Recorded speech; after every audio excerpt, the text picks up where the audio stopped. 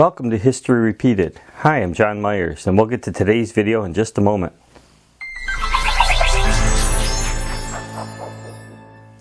One of Paul Harvey's most beloved broadcasts was his rendition of The Man and the Birds, a modern-day Christmas parable. And we'll get to that video in just a moment. If you haven't already, please take a second right now and subscribe to this channel so that you'll know when topics of interest to you are uploaded. And we upload new videos each week. And like this video. And now we'll get right to Paul Harvey's broadcast of The Man and the Birds, a modern Christmas Day parable.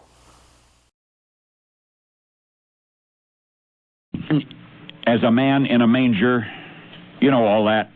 It escapes some moderns. Mostly, I think, because they seek complex answers to their questions, and this one's so utterly simple. So for the cynics and the skeptics and the unconvinced, may I submit a modern parable. The man I'm going to describe was not a Scrooge. He was a kind, decent, mostly good man, generous to his family, upright in his dealings with other men, but he just did not believe in all that incarnation stuff which the churches proclaim at Christmas time. It just didn't make sense, and he was too honest to pretend otherwise. He just could not swallow the Jesus story about God coming to earth as a man.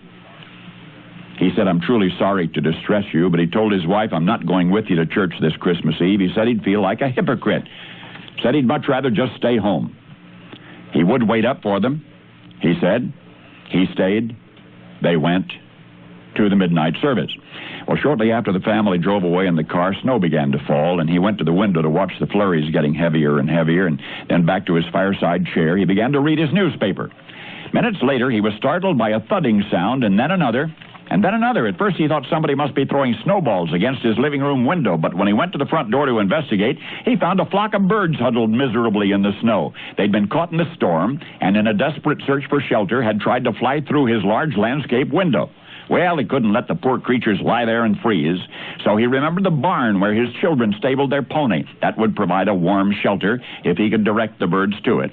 He quickly put on a coat, galoshes, tramped through the deepening snow to the barn. He opened the doors wide, and he turned on a light. But the birds didn't come in.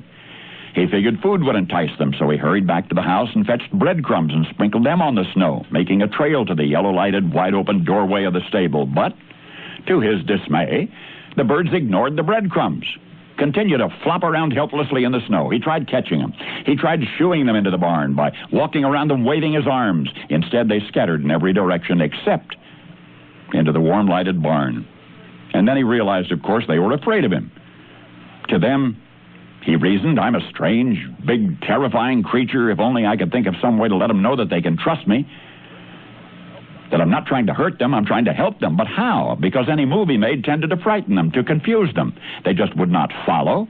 They would not be led. They would not be shooed because they feared him.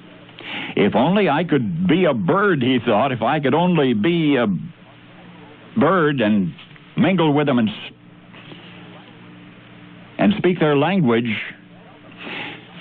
and tell them not to be afraid and show them the way to the safe, warm barn. But I would have to be one of them so they could see and hear and understand. I would have to be one of them. At that moment, the church bells began to ring. Sound reached his ears above the sounds of the wind. And he stood there listening to the bells, Adeste Fidelis, listening to the bells pealing the glad tidings of Christmas. And he sank to his knees in the snow.